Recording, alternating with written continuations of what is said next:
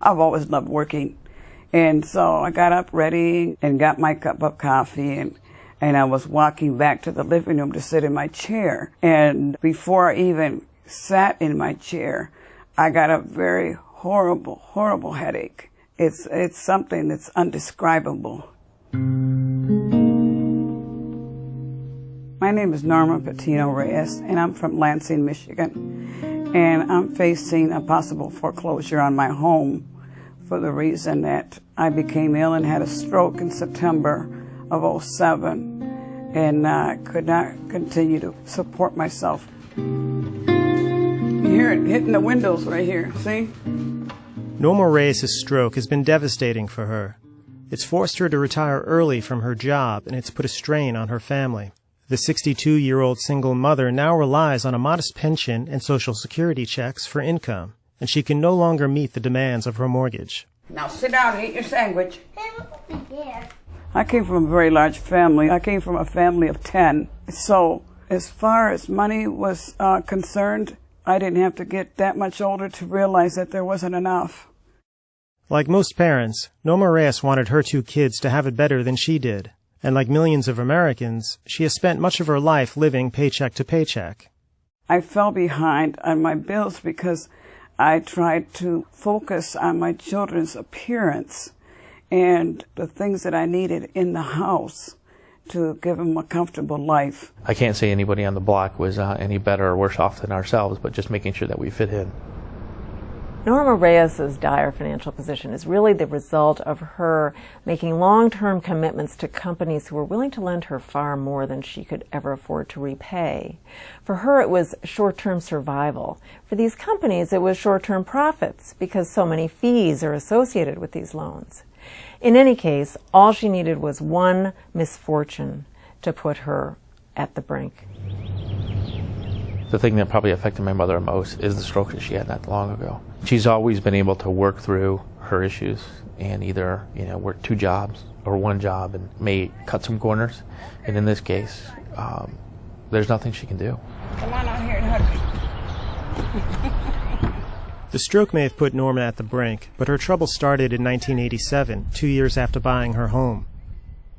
The GM plant she was working at closed down, and Norma found herself without a full-time job for 18 months. I was using my credit cards to pay my house or my other bills in the house.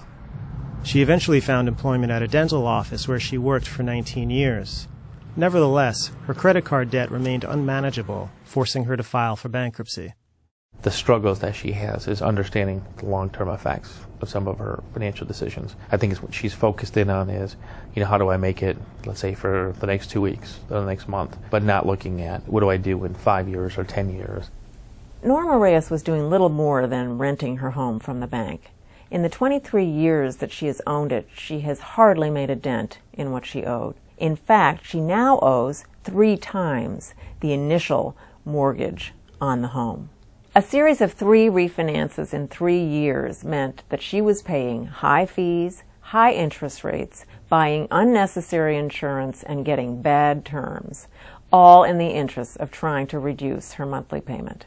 The high fees and interest rates also meant higher profits for her lenders.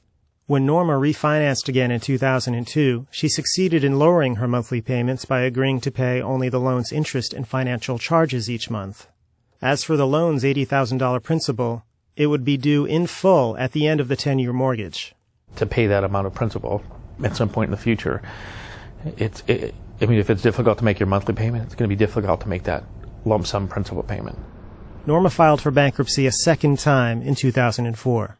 Things were increasingly getting difficult for her. The house was overextended and there was significant credit card debt, and I think somewhere in the neighborhood of like $50,000 worth of credit card debt. Norma has now missed her last 5 mortgage payments. She's been trying to sell the house, but no one is buying. I don't receive enough money from Social Security and my pension that I can afford to make the payment for my house. So I think what's going to happen is eventually I'm going to have to lose it. It's going to have to go to foreclosure. Some of the things that we've looked at is putting in an apartment and giving her a lifestyle that's comfortable for the rest of her life and hoping that she can enjoy where she's at and have a place that she can call her own.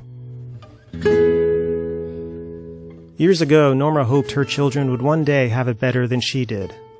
Today, her son is a successful accountant, and he is supporting her financially. Does my hair look okay? The easy way or the hard way, I'm going to make it through because I have too many things to live for. I have my grandchildren, my family, and everybody around me that I have to take care of myself. For love of myself and my family, I will go on. This also shall pass.